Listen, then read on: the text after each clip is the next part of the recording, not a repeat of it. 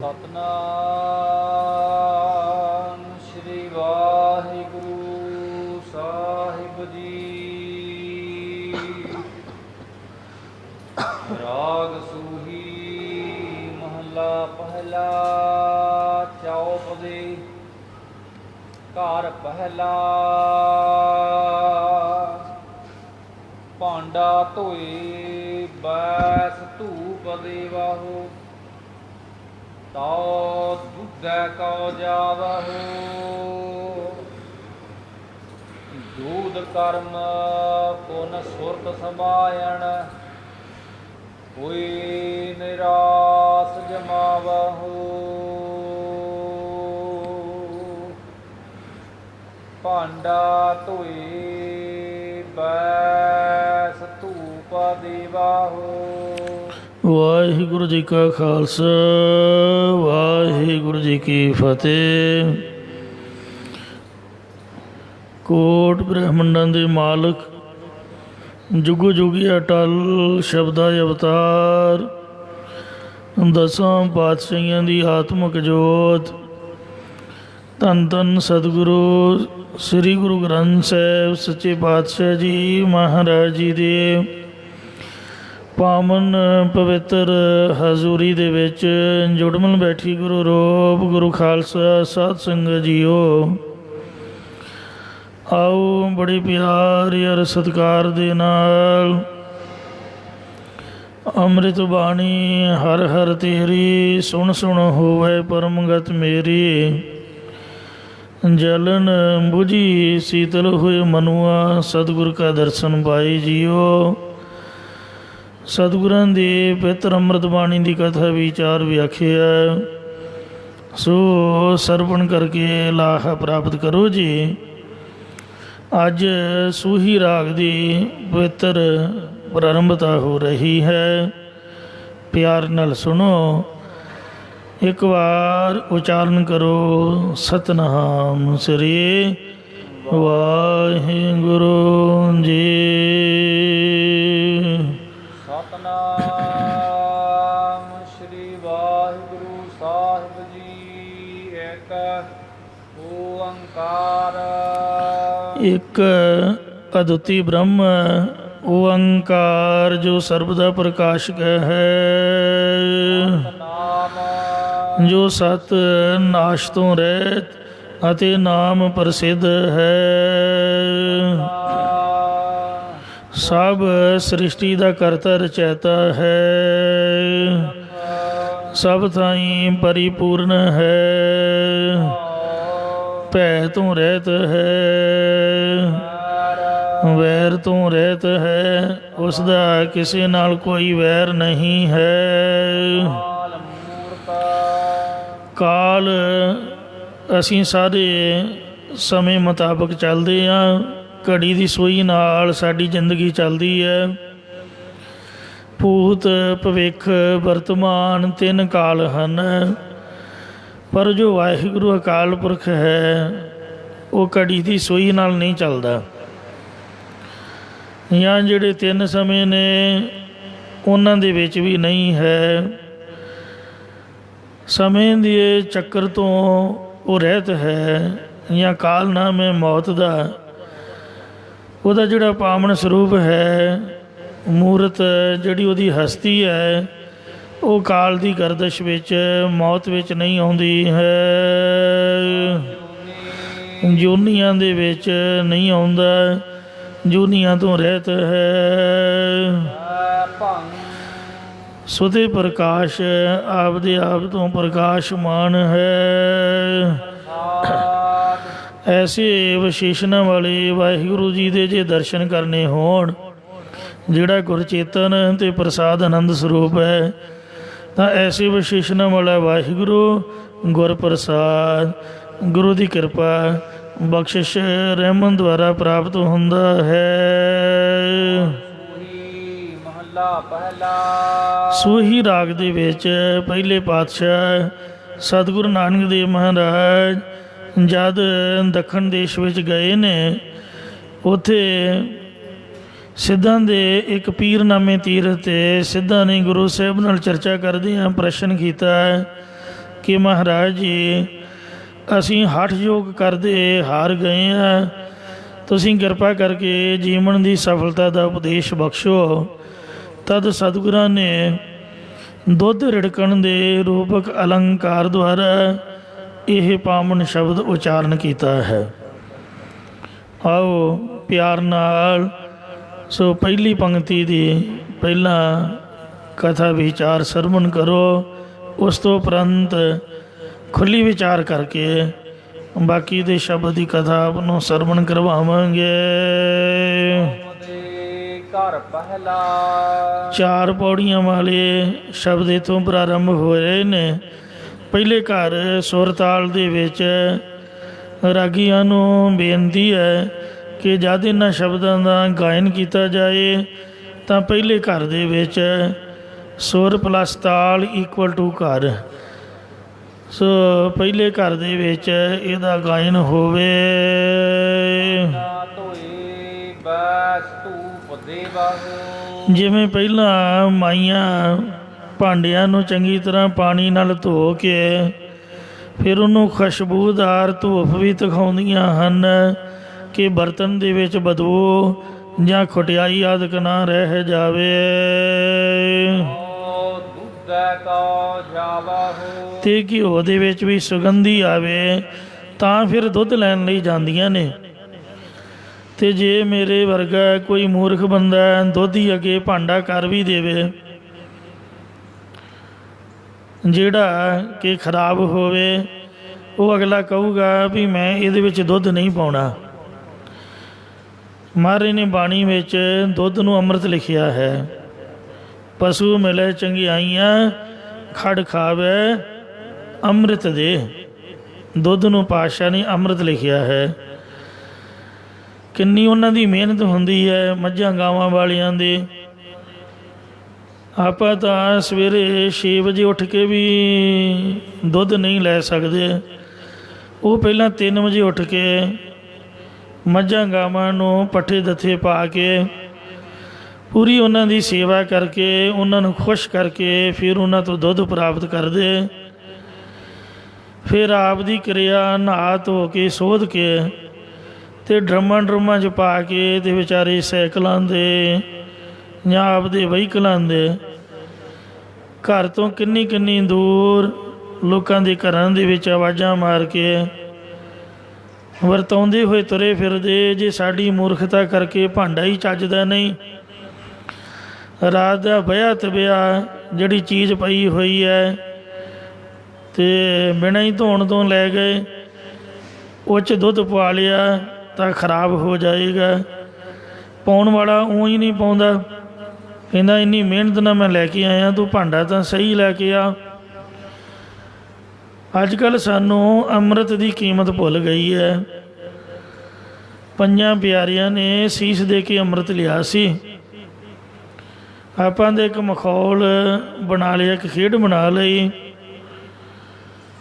ਅੰਮ੍ਰਿਤ ਛਕਣ ਵਾਸਤੇ ਕੋਈ ਵੀ ਤਿਆਰ ਨਹੀਂ, ਅਤੇ ਜੇ ਕੋਈ ਅੰਮ੍ਰਿਤ ਪਾਨ ਕਰਦਾ ਹੈ, ਸਾਡੇ ਭਾਂਡੇ ਨਹੀਂ ਧੋਤੇ ਹੋਏ, ਦੱਸੋ ਅਸਰ ਕੀ ਹੋਵੇ। ਤੋ ਇਸ ਪ੍ਰਕਾਰ ਇਹ ਜਿਹੜਾ ਨਾਮ ਅੰਮ੍ਰਿਤ ਹੈ ਇਹ ਇੱਕ ਦੁੱਧ ਦੀ ਤਰ੍ਹਾਂ ਹੈ, ਅਤੇ ਅੰਤःਕਰਨ ਸਾਡਾ ਜਿਹੜਾ ਭਾਂਡਾ ਹੈ ਇਹ ਬਿਲਕੁਲ ਗੰਦਾ ਪਿਆ ਹੈ, ਜਿਸ ਕਰਕੇ ਨਾਮ ਅੰਦਰ ਟਿਕਦਾ ਨਹੀਂ। ਅੰਤःਕਰਨ ਵਿੱਚ ਜਨਮਾਂਤਰਾਂ ਦੇ ਸੰਸਕਾਰ ਭਰੇ ਪਏ ਨੇ। 4 ਕਿਸਮ ਦੀਆਂ ਮੁੱਖ ਹਾਲਤਾਂ ਅੰਤঃਕਰਨ ਵਿੱਚ ਪਿਛਲੀਆਂ ਅਨੇਕ ਜੂਨਾਂ ਭੋਗਣ ਕਰਕੇ ਜਮ੍ਹਾਂ ਪਈਆਂ ਹਨ। ਇਹ ਸੰਸਕਾਰ 4 ਹਿੱਸਿਆਂ ਵਿੱਚ ਵੰਡੇ ਜਾ ਸਕਦੇ ਨੇ।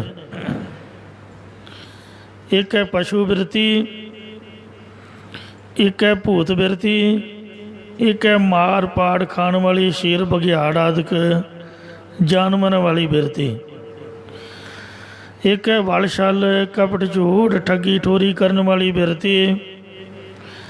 ਇਹਨਾਂ ਸਾਰੀਆਂ ਬਿਰਤੀਆਂ ਦੀ ਤਹਿ ਦੇ ਅੰਦਰ ਅੰਤःਕਰਨ ਵਿੱਚ ਨਿਰਮਲ ਬਿਰਤੀ ਦਾ ਵੀ ਅਕਸ਼ ਪ੍ਰਤੀਬਿੰਬ ਰਹਿੰਦਾ ਹੈ। ਜਿਹੜੀਆਂ 4 ਮੰਦ ਬਿਰਤੀਆਂ ਨਾਸਤਿਕਤਾ ਅਤੇ ਮਨਮੁਖਤਾਈ ਦਾ ਕਾਰਨ ਨੇ। ਦੂਜਾ, ਇਹਨਾਂ ਸੰਸਕਾਰਾਂ ਦੇ ਉਤਪੰਨ ਕੀਤੇ ਹੋਏ 3 ਦੋਸ਼ ਆਦਮੀ ਨੂੰ ਪਰਮੇਸ਼ਰ ਨਾਲ ਮਿਲਣ ਦੇ ਵਿੱਚ ਬਹੁਤ ਵੱਡੀ ਰੁਕਾਵਟ ਹਨ। ਉਹਨਾਂ ਦੇ ਨਾਮ ਨੇ ਮਲ, ਵਖੇਪ ਅਤੇ ਅਵਰਨ। ਇਹਨਾਂ ਦੋਸ਼ਾਂ ਨੂੰ ਦੂਰ ਕਰਨ ਲਈ ਨਾ ਤਾਂ ਦੁਨਿਆਵੀ ਵਿਦਿਆ ਅਤੇ ਨਾ ਹੀ ਦੁਨਿਆਵੀ ਮਾਇਕ ਪਦਾਰਥ ਸਮਰੱਥ ਹਨ।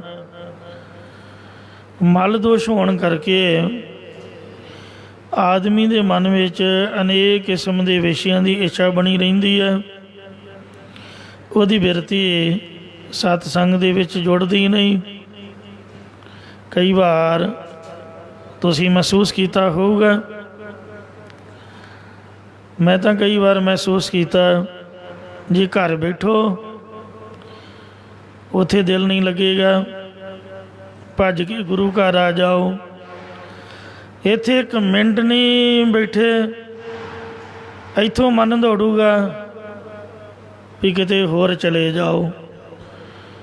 ਕਿਤੇ ਹੋਰ ਜਾ ਕੇ ਬੈਠੇ, ਉੱਥੇ ਮਨ ਨਹੀਂ ਟਿਕੂਗਾ, ਫਿਰ ਉੱਥੋਂ ਉੱਠੋ ਤੀਜੀ ਜਗ੍ਹਾ। ਇਹ ਉਹ ਮਨਮੁਖ ਦਾ ਮਨ। ਅਸੀਂ ਮਨਮੁਖੀ ਹਾਂ। ਗੁਰਮੁਖ ਤਾਂ ਉਹ ਹੈ ਜਿਹਦੀ ਬਿਰਤੀ ਜੁੜ ਗਈ ਹੈ, ਕਿਤੇ ਵੀ ਨਹੀਂ ਟਿਕਦਾ।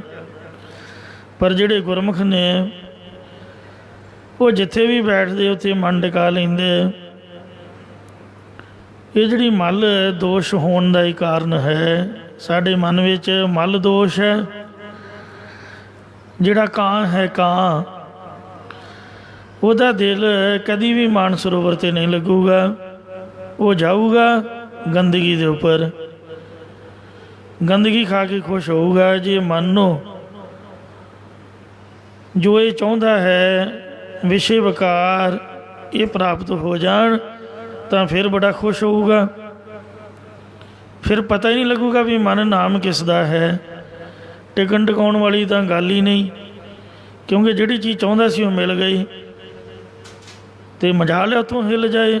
ਰੰਗਾਂ ਤਮਾਸ਼ਿਆਂ ਦੇ ਵਿੱਚੋਂ ਸੰਗਤ ਦੇ ਵਿੱਚ ਬਿਰਤੀ ਨਹੀਂ ਜੁੜਦੀ, ਕਿਉਂਕਿ ਚਾਹੁੰਦਾ ਕੁਛ ਹੋਰ ਹੈ। ਨਾਮ ਸਿਮਰਨ ਅਤੇ ਸਤ ਸ਼ਾਸਤਰ ਦੀ ਵਿਚਾਰ ਕਰਨ ਵੱਲੋਂ ਪੂਰੀ ਤਰ੍ਹਾਂ ਅਸਮਰੱਥ ਰਹਿੰਦੀ ਹੈ ਇਹ ਜਿਹੜੀ ਬਿਰਤੀ ਹੈ ਮਲ ਦੋਸ਼ ਵਾਲੀ। ਕਿਉਂਕਿ ਜੇ ਮਨ ਦੀ ਇਕਾਗਰਤਾ ਨਹੀਂ ਤਾਂ ਫਿਰ ਖੋਜ ਕੀ ਕਰੂਗੀ। ਦੂਜਾ, ਵਖੇਬ ਦੋਸ਼।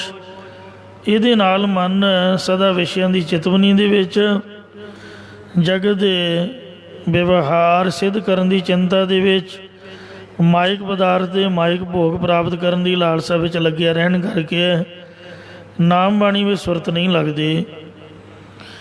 ਤੀਜਾ ਹੈ ਅਵਰਨ ਦੋਸ਼। ਇਹ ਹੋਣ ਕਰਕੇ ਜਗਤ ਦੀ ਅਸਲੀਅਤ ਨੂੰ ਨਹੀਂ ਤੱਕ ਸਕਦਾ। ਜਿਵੇਂ ਅੱਖਾਂ ਦੇ ਵਿੱਚ ਮੋਤੀਏ ਪਈਏ ਵਾਲਾ ਮਨੁੱਖ ਕੋਲਮਈਆਂ ਚੀਜ਼ਾਂ ਨੂੰ ਵੀ ਨਹੀਂ ਵੇਖ ਸਕਦਾ। ਅਵਰਨ ਦੋਸ਼ ਹੋਣ ਕਰਕੇ ਜੀਵ ਅਗਿਆਨ ਦੇ ਵਿੱਚ ਗ੍ਰਸਤ ਰਹਿੰਦਾ ਹੈ। ਜਦੋਂ ਤੱਕ ਇਹ ਤਿੰਨੇ ਦੋਸ਼ ਨਿਵਰਤ ਨਹੀਂ ਹੁੰਦੇ, ਉਸ ਵੇਲੇ ਤੱਕ ਗਿਆਨ ਦਾ ਪ੍ਰਕਾਸ਼ ਪੂਰੀ ਤਰ੍ਹਾਂ ਅੰਤःਕਰਨ ਵਿੱਚ ਲਿਸ਼ਕਾਰੇ ਨਹੀਂ ਮਾਰ ਸਕਦਾ ਅਤੇ ਜੀਵ ਜਨਮਾਂ ਜਨਮਾਤਰਾਂ ਦੇ ਦੁੱਖਾਂ ਤੋਂ ਛੁਟਕਾਰਾ ਨਹੀਂ ਪਾ ਸਕਦਾ। ਅੰਤःਕਰਨ ਵਿਚਲੇ ਇਹਨਾਂ 3 ਦੋਸ਼ਾਂ ਦੀ ਨਿਵਰਤੀ ਕਰਮ, ਉਪਾਸਨਾ ਅਤੇ ਗਿਆਨ ਤੋਂ ਹੀ ਹੁੰਦੀ ਹੈ। ਸ਼ੁਭ ਨਿਸ਼ਕਾਮ ਕਰਮ ਅੰਤःਕਰਨ ਦੇ ਮਲ ਦੋਸ਼ ਨੂੰ ਦੂਰ ਕਰਦੇ ਨੇ। ਇਹ ਕਰਮ ਬਹੁਤ ਪ੍ਰਕਾਰ ਦੇ ਹਨ, ਪਰ ਇੱਥੇ 3 ਪ੍ਰਕਾਰ ਦੇ ਕਰਮਾਂ ਦੀ ਵਿਸ਼ੇਸ਼ ਜ਼ਰੂਰਤ ਹੈ। ਇਹਨਾਂ ਦੇ ਵਿੱਚ ਪਹਿਲਾ ਹੈ ਨਿਤਨੇਮ ਕਰਮ, ਜਿਹੜਾ ਮਲ ਦੋਸ਼ ਨੂੰ ਦੂਰ ਕਰਦਾ ਹੈ। ਦੂਜਾ ਵਾਚ ਕਰਮ ਅਤੇ ਤੀਜਾ ਮਾਨਸ ਕਰਮ। ਨਿਤਨੇਮ ਕਰਮ, ਇਸ ਕਰਮ ਦੇ ਵਿੱਚ ਗੁਰੂ ਮਹਾਰਾਜ ਦਾ ਜੋ ਫਰਮਾਨ ਹੈ, 5ਵੇਂ ਪਾਤਸ਼ਾਹ ਸ੍ਰੀ ਗੁਰੂ ਅਰਜਨ ਦੇਵ ਸਾਹਿਬ ਫਰਮਾਉਂਦੇ ਨੇ, ਸੋਰਠ ਮਹੱਲਾ 5ਵਾਂ, ਕਰ ਇਸਨਾਨ ਸਿਮਰ ਪ੍ਰਭ ਆਪਣਾ, ਮਨ ਧਨ ਭਏ ਅਰੋਗਾ, ਕੋਟ ਬਿਘਨ ਲਾਥੇ ਪ੍ਰਭ ਸਰਨ, ਪ੍ਰਗਟੇ ਭਲੇ ਸੰਜੋਗਾ। ਇਸੇ ਤਰ੍ਹਾਂ ਗੌੜੀ ਦੀ ਪਹਿਲੀ ਵਾਰ ਦੇ ਵਿੱਚ ਚੌਥੇ ਪਾਤਸ਼ਾਹ ਸ੍ਰੀ ਗੁਰੂ ਰਾਮਦਾਸ ਮਹਾਰਾਜ ਦਾ ਬੜਾ ਹੀ ਸੁੰਦਰ ਸ਼ਬਦ ਹੈ ਨਿਤਨੇਮ ਦੀ ਬਾਬਤ। ਮਹੱਲਾ ਚੌਥਾ। ਗੁਰ ਸਤਿਗੁਰ ਕਾ ਜੋ ਸਿੱਖ ਅਕਾਏ, ਸੋ ਭਲ ਕੇ ਉਠ ਹਰ ਨਾਮ ਧਿਆਵੈ। ਉਦਮ ਕਰੇ ਭਲ ਕੇ ਪ੍ਰਭਾਤੀ, ਇਸਨਾਨ ਕਰੇ ਅੰਮ੍ਰਿਤਸਰ ਨਹਾਵੈ। ਉਪਦੇਸ਼ ਗੁਰੂ ਹਰ ਹਰ ਜਪ ਜਾਪੈ, ਸਭ ਕਿਲ ਵਿਖ ਪਾਪ ਦੋਖ ਲੈ ਜਾਵੈ। ਫਿਰ ਚੜ੍ਹੈ ਦਿਵਸ ਗੁਰਬਾਣੀ ਗਾਵੈ, ਬਹਿਦਿਆਂ ਉੱਠਦਿਆਂ ਹਰ ਨਾਮ ਧਿਆਵੈ। ਜਿਸਨੂੰ ਦਇਆਲ ਹੋਵੇ ਮੇਰਾ ਸੁਆਮੀ, ਤਿਸ ਗੁਰ ਸਿੱਖ ਗੁਰੂ ਉਪਦੇਸ਼ ਸੁਣਾਵੈ। ਜਨ ਨਾਨਕ ਧੂੜ ਮੰਗੈ ਤਿਸ ਗੁਰ ਸਿੱਖ ਕੀ, ਜੋ ਆਪ ਜਪੈ ਅਵਰੈ ਨਾਮ ਜਪਾਵੈ। ਇਹ ਨਿਤਨੇਮ ਬਹੁਤ ਜ਼ਰੂਰੀ ਹੈ। ਹਰ ਰੋਜ਼ ਅੰਮ੍ਰਿਤ ਵੇਲੇ ਉੱਠ ਕੇ ਜਿਵੇਂ ਸਰੀਰ ਦੀ ਸਫਾਈ ਜ਼ਰੂਰੀ ਹੈ, ਦਾਤਨ ਬੁਰਸ਼ ਕੁਰਲਾ ਆਦਿਕ ਜ਼ਰੂਰੀ ਹੈ, ਜਲ ਦੇ ਨਾਲ ਇਸ਼ਨਾਨ ਕਰਨਾ ਜ਼ਰੂਰੀ ਹੈ, ਇਸੇ ਤਰ੍ਹਾਂ ਕਮ ਸੇ ਕਮ 5 ਬਾਣੀਆਂ ਦਾ ਨਿਤਨੇਮ ਹਰੇਕ ਗੁਰਸਿੱਖ ਵਾਸਤੇ ਕੰਪਲਸਰੀ ਹੈ। ਫਿਰ ਨਾਲ ਨਾਲ ਗੁਰਧਾਮਾਂ ਦੀ ਯਾਤਰਾ ਕਰਨ ਦੇ ਨਾਲ ਮਨ ਦਾ ਟਿਕਾਊ ਬਣਦਾ ਹੈ। ਚੰਗੀ ਜਗ੍ਹਾ 'ਤੇ ਰਹਾਂਗੇ, ਮਨ ਚੰਗਾ ਬਣੇਗਾ, ਚੰਗਾ ਖਾਵਾਂਗੇ, ਸਾਦਾ ਪਹਿਨਾਂਗੇ, ਚੰਗੀਆਂ ਵਿਚਰਾਂਗੇ, ਕੁਦਰਤੀ ਮਨ ਦੀ ਬਿਰਤੀ ਚੰਗੀ ਰਹੇਗੀ। ਸੰਗਤ ਦਾ ਬਹੁਤ ਅਸਰ ਹੁੰਦਾ ਹੈ। ਦੂਜਾ ਹੈ ਮਾਨਸ ਵਾਚਕ ਕਰਮ। ਵੱਧ ਤੋਂ ਵੱਧ ਬਾਣੀ ਦਾ ਪਾਠ ਅਤੇ ਮੂਲ ਮੰਤਰ ਗੁਰਮੰਤਰ ਸਿਮਰਨ ਕਰਨਾ, ਬਾਣੀ ਦਾ ਕੀਰਤਨ ਕਰਨਾ, ਸੱਚੇ ਅਤੇ ਮਿੱਠੇ ਬਚਨ ਬੋਲਣੇ, ਇਹ ਵਾਚਕ ਕਰਮ ਹਨ। ਚੰਗਾ ਬੋਲਾਂਗੇ, ਜੇ ਗੰਦਾ ਮੰਦਾ ਬੋਲਾਂਗੇ ਮਨ ਦੇ ਉੱਪਰ ਵੀ ਉਹੀ ਅਸਰ ਹੋਏਗਾ। ਚੰਗਾ ਅਤੇ ਮਿੱਠਾ ਬੋਲਾਂਗੇ, ਮਨ ਦੇ ਵਿੱਚ ਰਸ ਭਰਿਆ ਰਹੇਗਾ। ਇਸ ਲਈ ਮਹਾਰਾਜ ਨੇ ਆਖਿਆ ਵੀ ਬੋਲ ਹਰ ਨਾਮ ਸਫਲ ਸਾ ਕਰੀ। ਹਰ ਰੋਜ਼ ਅੰਮ੍ਰਿਤ ਵੇਲੇ ਉੱਠ ਕੇ ਜਿੰਨਾ ਚਿਰ ਗੁਰਬਾਣੀ ਨਹੀਂ ਬੋਲ ਲਈ, ਉਹਨਾਂ ਚਿਰ ਕਿਸੇ ਹੋਰ ਨਾਲ ਨਾ ਬੋਲੋ। ਗੱਲਾਂ ਕਰਨ ਨਾਲ ਮਨ ਫਿੱਕਾ ਪੈਂਦਾ, ਖਾਸ ਕਰਕੇ ਅੰਮ੍ਰਿਤ ਵੇਲੇ। ਨਿਤਨੇਮ ਤੋਂ ਬਾਅਦ ਫਿਰ ਜ਼ਰੂਰੀ ਗੱਲ ਬਚਨ ਵਿਲਾਸ ਜਿੱਥੇ ਕਰਨਾ ਉੱਥੇ ਕਰੀਏ। ਤੀਜਾ ਮਾਨਸ ਕਰਮ। ਨਿਰੰਕਾਰ ਦਾ ਸਰੂਪ ਜਾਣ ਕੇ ਸਾਰੇ ਜੀਵਾਂ 'ਤੇ ਦਇਆ ਕਰਨੀ, ਭਾਵ ਤਨ ਮਨ ਧਨ ਕਰਕੇ ਦੁਖੀ ਜੀਵਾਂ ਨੂੰ ਸੁੱਖ ਪਹੁੰਚਾਉਣ ਦਾ ਯਥਾ ਸ਼ਕਤ ਯਤਨ ਕਰਦੇ ਰਹਿਣਾ ਅਤੇ ਮਨ ਨੂੰ ਭੈੜੇ ਸੰਕਲਪਾਂ ਵੱਲੋਂ ਰੋਕ ਕੇ ਰੱਖਣਾ।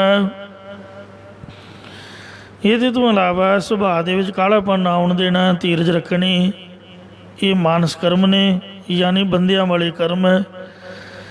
ਪਸ਼ੂ ਦਾ ਕੰਮ ਹੁੰਦਾ, ਕੁੱਤਾ ਕੁੱਤੇ ਨੂੰ ਵੇਖ ਕੇ ਜਰਦਾ ਨਹੀਂ। ਪਸ਼ੂ ਆਪਦੀ ਖੁਰਲੀ 'ਤੇ ਨਹੀਂ ਖਿਲਾਉਣ ਦਿੰਦਾ, ਉਹ ਢੁੱਡ ਮਾਰਦਾ। ਜੇ ਰੱਬ ਨੇ ਬੰਦਾ ਬਣਾਇਆ ਹੈ ਤਾਂ ਵੰਡ ਕੇ ਖਾਓ। ਕਹਿੰਦੇ ਵੰਡ ਖਾਏ, ਖੰਡ ਖਾਏ, ਅੱਡ ਖਾਏ ਅਤੇ ਹੱਡ ਖਾਏ। ਗੁਰਦੁਆਰੇ ਦੀ ਮਰਜ਼ਾਦਾ ਹੈ ਕਿ ਜਦ ਪੰਗਤ ਲੱਗਦੀ ਹੈ, ਗੁਰੂ ਕਾ ਲੰਗਰ ਖੁੱਲ੍ਹਦਾ ਹੈ ਤਾਂ ਇੱਕ ਘੜਿਆਲ ਖੜਕਾਇਆ ਜਾਂਦਾ। ਪੁਰਾਤਨ ਗੁਰਸਿੱਖ ਨਗਾਰਾ ਖੜਕਾਉਂਦੇ ਸਨ ਵੀ ਆਓ ਭਾਈ ਲੰਗਰ ਖੁੱਲ੍ਹ ਗਿਆ ਜੇ, ਜਿਹਨੇ ਛਕਣਾ ਆ ਕੇ ਬੈਠ ਜਾਓ।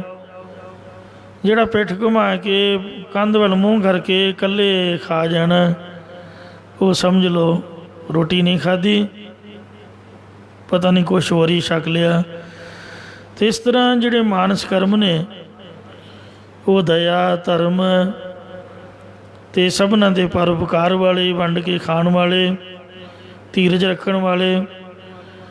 ਧੀਰਜ ਬਾਬਤ ਇੱਕ ਪ੍ਰਸਿੱਧ ਸਾਇੰਸਦਾਨ ਨਿਊਟਨ ਦੇ ਜੀਵਨ ਦਾ ਜ਼ਿਕਰ ਹੈ। ਜਿਹੜਾ ਨਿਊਟਨ ਹੈ, ਉਹਨੇ ਇੱਕ ਲਾ ਦਿੱਤਾ, ਉਹਨੂੰ ਕਹਿੰਦੇ ਨੇ ਗ੍ਰੈਵਿਟੀ ਦਾ ਲਾ।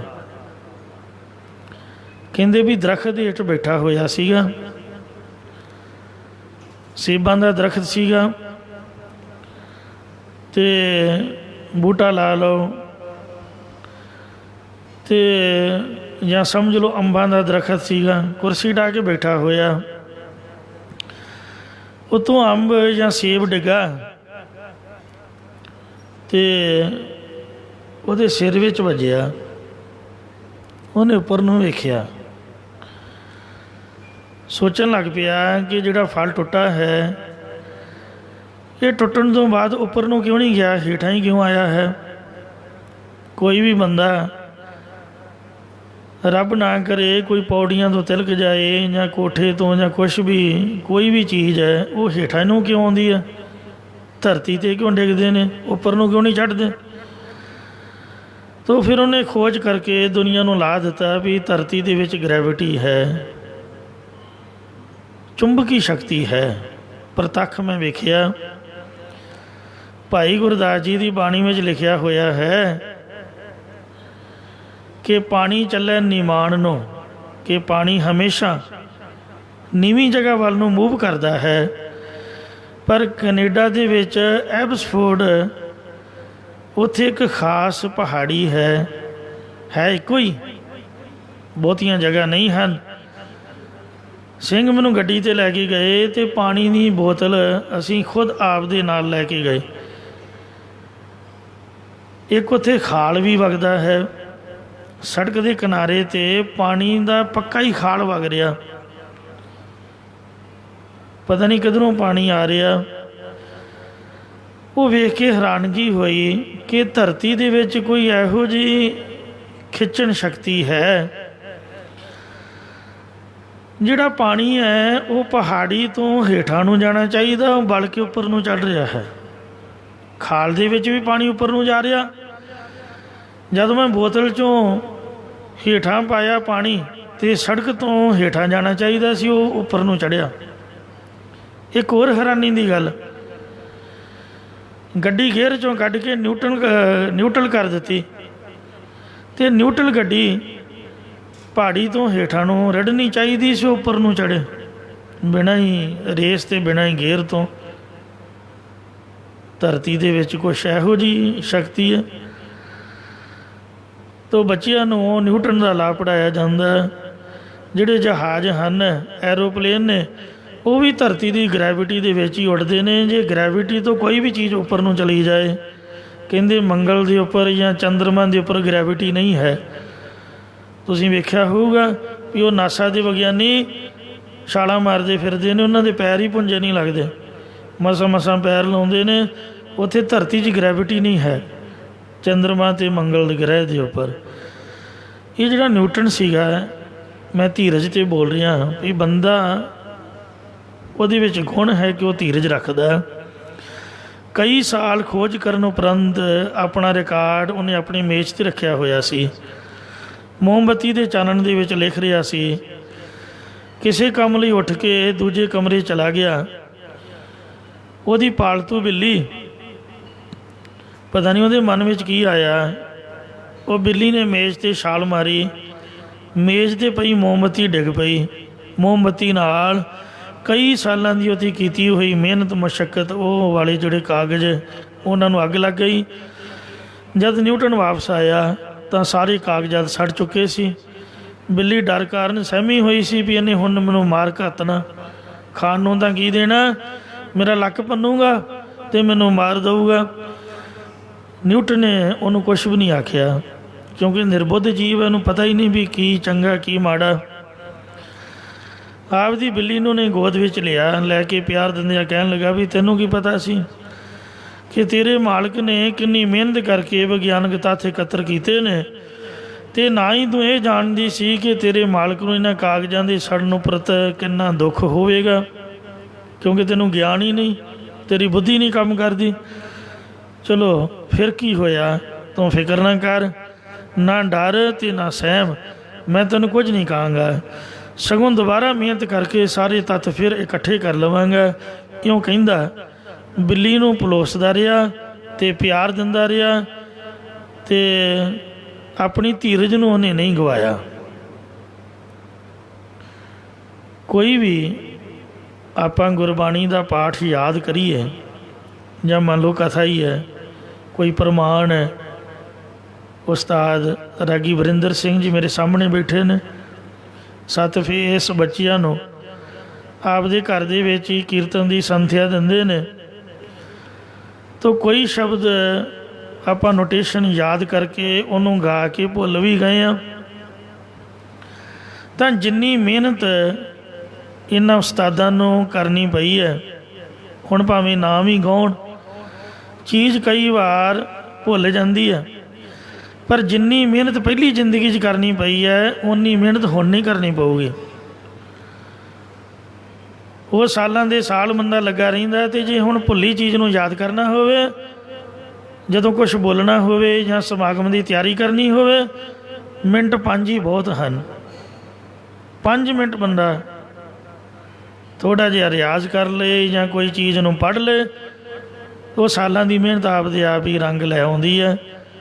ਅਤੇ ਜਾਂ 10 ਕੁ ਮਿੰਟ ਬੈਠ ਕੇ ਬੰਦਾ ਕੀਰਤਨ ਸੁਣ ਲਏ ਇਕਾਗਰਤਾ ਦੇ ਨਾਲ, ਅਤੇ ਆਪਦੇ ਆਪ ਹੀ ਭੁੱਲੀਆਂ ਗੱਲਾਂ, ਵਿਸਰੀਆਂ ਗੱਲਾਂ ਸਭ ਯਾਦ ਆ ਜਾਂਦੀਆਂ। ਤੋ ਇੰਝ ਕੋਈ ਵੀ ਨੁਕਸਾਨ ਹੋ ਗਿਆ, ਕੋਈ ਲਿਖਤ ਪੜ੍ਹਤ ਖਤਮ ਹੋ ਗਈ ਹੈ, ਜਿੰਨੀ ਮਿਹਨਤ ਪਹਿਲਾਂ ਲੱਗੀ ਸੀ ਓਨੀ ਨਹੀਂ ਲੱਗੂਗੀ, ਲੱਗੂਗੀ ਵੀ ਥੋੜ੍ਹੀ, ਅਤੇ ਅੱਗੇ ਨੂੰ ਚੀਜ਼ ਵੀ ਵਧੀਆ ਬਣੇਗੀ। ਕਿਉਂਕਿ ਜਿਵੇਂ ਜਿਵੇਂ ਬੰਦਾ ਅੱਗੇ ਦੀ ਅੱਗੇ ਤਰੱਕੀ ਕਰਦਾ, ਉਹਦੇ ਵਿੱਚ ਨਿਖਾਰ ਆਉਂਦਾ ਹੈ। ਅਤੇ ਇਸ ਵਾਸਤੇ ਮਾਨਸ ਕਰਮ ਦਾ ਮਤਲਬ ਹੈ ਕਿ ਇਨਸਾਨ ਦੇ ਵਿੱਚ ਦਇਆ ਹੋਣੀ ਚਾਹੀਦੀ ਹੈ, ਪਰਉਪਕਾਰ ਦਾ ਮੱਧ ਹੋਣਾ ਚਾਹੀਦਾ, ਉਹਦੇ ਵਿੱਚ ਧੀਰਜ ਹੋਣੀ ਚਾਹੀਦੀ ਹੈ, ਉਹਦਾ ਮਨ ਸੰਤੋਖੀ ਹੋਣਾ ਚਾਹੀਦਾ ਹੈ, ਜਿਹਦੇ ਨਾਲ ਹਿਰਦੇ ਵਿੱਚੋਂ ਵਾਸ਼ਨਾਵਾਂ ਦਾ ਜਵਾਰ ਭਾਟਾ ਸਦਾ ਹੀ ਸੰਤੁਲਨ ਦੇ ਵਿੱਚ ਰਹਿੰਦਾ, ਅਤੇ ਤ੍ਰਿਸ਼ਨਾ ਦੀ ਅੱਗ ਭੜ ਕੇ ਸ਼ਾਂਤੀ ਦਾ ਨਾਸ਼ ਨਹੀਂ ਕਰਦੀ। ਇਹ ਮਾਨਸ ਕਰਮ ਜ਼ਰੂਰੀ ਨੇ ਅੰਤੇਕਰਨ ਦੇ ਭਾਂਡੇ ਨੂੰ ਸਾਫ਼ ਰੱਖਣ ਵਾਸਤੇ। ਦੇ ਵਿੱਚ ਵਾਹਿਗੁਰੂ ਜੀ ਦਾ ਨਿਵਾਸ ਜਾਣ ਕੇ ਸਭਨਾਂ ਨਾਲ ਪ੍ਰੇਮ ਪਿਆਰ ਦਾ ਵਰਤਾਰਾ ਰੱਖਣਾ, ਕਿਸੇ ਨਾਲ ਵੀ ਨਫ਼ਰਤ ਨਾ ਕਰਨੀ, ਵੈਰ ਭਾਵ ਨਾ ਰੱਖਣਾ, ਕ੍ਰੋਧ ਕਰਕੇ ਉਹਨੂੰ ਨੁਕਸਾਨ ਪਹੁੰਚਾਉਣ ਦਾ ਯਤਨ ਨਾ ਕਰਨਾ, ਦੋਖ ਦ੍ਰਿਸ਼ਟੀ ਦਾ ਤਿਆਗ ਕਰਨਾ। ਇਹਨਾਂ 3 ਕਰਮਾਂ ਦੇ ਨਾਲ ਮਲ ਦੋਸ਼ ਦੂਰ ਹੁੰਦਾ ਹੈ। ਦੂਜਾ ਵਖੇਪ ਦੋਸ਼, ਇਸ ਦੋਸ਼ ਕਰਕੇ ਮਨ ਥੋੜ੍ਹਾ ਸਮਾਂ ਵੀ ਨਹੀਂ ਟਿਕਦਾ। ਇਹਨੂੰ ਦੂਰ ਕਰਨ ਲਈ ਉਪਾਸ਼ਨਾ ਦਾ ਸਾਧਨ ਅਤਿਅੰਤ ਜ਼ਰੂਰੀ ਹੈ। ਉਪਾਸ਼ਨਾ ਦੇ ਵਿੱਚ ਗੁਰੂ ਰੂਪ ਦਾ ਸਾਕਾਰ ਧਿਆਨ ਜਾਂ ਗੁਰ ਸ਼ਬਦ ਦੀ ਧੁਨ ਦਾ ਅਖੰਡ ਧਿਆਨ। ਧੁਨ ਮੈਂ ਧਿਆਨ, ਧਿਆਨ ਮੈਂ ਜਾਣਿਆ। ਸ੍ਰੀ ਗੁਰੂ ਨਾਨਕ ਦੇਵ ਸੱਚੇ ਪਾਤਸ਼ਾਹ ਜੀ ਨੇ ਇੱਕ ਤਰੀਕਾ ਬੜਾ ਸੋਹਣਾ ਦੱਸਿਆ। ਸਾਡਾ ਸਾਰਿਆਂ ਦਾ ਕਾਮਨ ਜਿਹਾ ਸਵਾਲ ਹੈ, ਆਪਾਂ ਲਗਭਗ ਸਾਰੇ ਇੱਕ ਦੂਜੇ ਨੂੰ ਕਹਿ ਦਿੰਦੇ ਹਾਂ ਜੀ ਸਾਡਾ ਮਨ ਨਹੀਂ ਟਿਕਦਾ। ਜੇ ਸ੍ਰੀ ਗੁਰੂ ਨਾਨਕ ਦੇਵ ਮਹਾਰਾਜ ਨੂੰ ਪੁੱਛੀਏ ਵੀ ਸੱਚੇ ਪਾਤਸ਼ਾਹ ਸਾਡਾ ਮਨ ਨਹੀਂ ਟਿਕਦਾ, ਮੈਂ ਤਾਂ ਇਹ ਉੱਤਰ ਦਿੰਦਾ ਹਾਂ ਕਿ 24 ਘੰਟਿਆਂ ਦੇ ਵਿੱਚੋਂ ਆਪਾਂ ਟਿਕਾਉਣ ਦਾ ਯਤਨ ਕਿੰਨਾ ਚਿਰ ਕੀਤਾ। 24 ਘੰਟਿਆਂ ਦੇ ਵਿੱਚੋਂ 24 ਮਿੰਟ ਵੀ ਨਹੀਂ ਕੀਤਾ, ਫਿਰ ਇਹ ਸਵਾਲ ਕਰਨਾ ਹੀ ਗਲਤ ਹੈ ਵੀ ਸਾਡਾ ਮਨ ਨਹੀਂ ਟਿਕਿਆ। ਯਤਨ ਤਾਂ ਕੀਤਾ ਨਹੀਂ ਅਤੇ ਮਨ ਟਿਕੇਗਾ ਕਿਵੇਂ? ਜਿਸ ਪਾਸੇ ਮਨ 23 ਘੰਟੇ ਲੱਗਾ ਰਿਹਾ, ਜੇ 1 ਘੰਟਾ 5 ਬਾਣੀਆਂ ਪੜ੍ਹ ਵੀ ਲਈਆਂ, ਉਹ ਤਾਂ ਇੱਕ ਫਾਰਮੈਲਿਟੀ ਹੋ ਗਈ, ਉਹ ਤਾਂ ਪੜ੍ਹਨੀਆਂ ਪੈਣੀਆਂ ਹੀ ਨੇ, ਕਿਉਂਕਿ ਅੰਮ੍ਰਿਤ ਜੋ ਛਕਿਆ ਉਹ ਤਾਂ ਬੱਝੇ ਹੋਏ ਹਾਂ। ਬੱਧਾ ਚੱਟੀ ਜੋ ਭਰੇ ਨਾ ਗੁਣ ਨਾ ਪੁਕਾਰ, ਛੇਤੀ ਖੁਸ਼ੀ ਸਵਾਰੀ ਹੈ ਨਾਨਕ ਘਰ ਸਾਰ। ਮਨ ਤਾਂ ਟਿਕੂਗਾ ਖੁਸ਼ੀ ਨਾਲ ਜੇ ਨਿਸ਼ਕਾਮਤਾ ਦੇ ਨਾਲ ਟਿਕਾਉਣ ਦਾ ਯਤਨ ਕਰਾਂਗੇ। ਤੋ ਜਿਵੇਂ ਜਿਵੇਂ ਸਮਾਂ ਟਾਈਮ ਵਧਾਵਾਂਗੇ ਤਿਵੇਂ ਤਿਵੇਂ ਮਨ ਇਕਾਗਰਤਾ ਦੇ ਵਿੱਚ ਆਏਗਾ। ਪਾਤਸ਼ਾਹ ਦਾ ਬਚਨ ਹੈ, ਜਿਉ ਮੰਦਰ ਕੋ ਥਾਮੈ ਥੰਮਣ ਤਿਉ ਗੁਰ ਕਾ ਸ਼ਬਦ ਮਨੈ ਅਸਤੰਭਣ। ਸ਼ਬਦ ਸਾਨੂੰ ਭੁੱਲ ਗਿਆ ਤਾਂ ਫਿਰ ਮਨ ਟਿਕੂਗਾ ਕਿਹਦੇ ਆਸਰੇ? ਜੇ ਛੱਤ ਥੱਲੇ ਥੰਮਾ ਹੀ ਨਹੀਂ ਦਿੱਤਾ ਅਤੇ ਛੱਤ ਟਿਕੂਗੀ ਕਿਹਦੇ ਆਸਰੇ? ਸ਼ਬਦ ਆਸਰਾ ਹੀ ਨਹੀਂ ਲਿਆ, ਟਿਕਾਉਣ ਦਾ ਯਤਨ ਹੀ ਨਹੀਂ ਕੀਤਾ। ਫਿਰ ਚਲੋ ਜੇ ਸ਼ਬਦ ਦਾ ਆਸਰਾ ਲੈ ਵੀ ਲਿਆ ਅਤੇ ਆਪਾਂ ਮੂੰਹ ਦੇ ਵਿੱਚ ਹੀ ਬਾਣੀ ਪੜ੍ਹਦੇ ਰਹਿੰਦੇ ਹਾਂ, ਕੰਨਾਂ ਦੇ ਵਿੱਚ ਰੌਲਾ ਪੈਂਦਾ ਰਹਿੰਦਾ, ਨਿੰਦਿਆ ਚੁਗਲੀ ਪਈ ਰਹਿੰਦੀ ਹੈ, ਜੋ ਕੁਛ ਬੋਲਦੇ ਉਹਨੂੰ ਸੁਣਦੇ ਨਹੀਂ। ਸ੍ਰੀ ਗੁਰੂ ਨਾਨਕ ਦੇਵ ਮਹਾਰਾਜ ਨੇ ਸੌਖਾ ਜਿਹਾ ਯਤਨ ਦੱਸਿਆ ਹੈ ਕਿ ਜੋ ਵੀ ਕੁਛ ਬੋਲਦੇ ਹੋ, ਭਾਵੇਂ 5 ਮਿੰਟ ਬੋਲੋ, ਉਹਨੂੰ ਕੰਨਾਂ ਦੇ ਨਾਲ ਜ਼ਰੂਰ ਸੁਣੋ। ਗਾਵੀਐ ਗੁਰਬਾਣੀ ਨੂੰ ਗਾਓ, ਉੱਚੀ ਬੋਲੋ, ਅਰ ਬੋਲ ਕੇ ਸੁਣੀਏ, ਕੰਨਾਂ ਦੇ ਨਾਲ ਸੁਣੋ, ਰਿਕਾਰਡਿੰਗ ਵਾਲੇ ਉਹ ਖੋਪੇ ਜੇ ਲਾ ਦਿੰਦੇ ਨੇ ਕੰਨਾਂ ਦੇ ਉੱਪਰ ਵੀ ਜੋ ਤੁਸੀਂ ਬੋਲਦੇ ਹੋ ਕਮ ਸੇ ਕਮ ਆਪਦੇ ਬੋਲ ਨੂੰ ਤਾਂ ਸੁਣੋ, ਤਾਂ ਹੀ ਤੁਸੀਂ ਸਹੀ ਬੋਲ ਪਾਓਗੇ। ਗਾਵੀਏ ਸੁਣੀਏ, ਤੀਸਰੀ ਕੰਡੀਸ਼ਨ ਹੈ ਮਨ ਰੱਖੀਏ ਪਾਓ। ਤੁਹਾਡੇ ਮਨ 'ਚ ਪ੍ਰੇਮ ਹੋਣਾ ਚਾਹੀਦਾ। ਜੇ ਪ੍ਰੇਮ ਨਹੀਂ ਹੈ ਫਿਰ ਕੁਝ ਸਫਲਤਾ ਨਹੀਂ ਹੈ। ਦੁੱਖ ਪਰ ਹਰ ਸੁੱਖ ਕਰ ਲੈ ਜਾਏ। ਤੋ ਗੁਰ ਸ਼ਬਦ ਦੀ ਧੁਨ ਦੇ ਵਿੱਚ ਅਖੰਡ ਧਿਆਨ, ਧੁਨ ਮੈਂ ਧਿਆਨ, ਧਿਆਨ ਮੈਂ ਜਾਣਿਆ, ਜਾਂ ਪ੍ਰਭੂ ਨੂੰ ਸਰਵ ਵਿਆਪਕ ਜਾਣਗੇ। ਪ੍ਰਭੂ ਦਾ ਧਿਆਨ ਕਰਨਾ ਬਹੁਤ ਜ਼ਰੂਰੀ ਹੈ।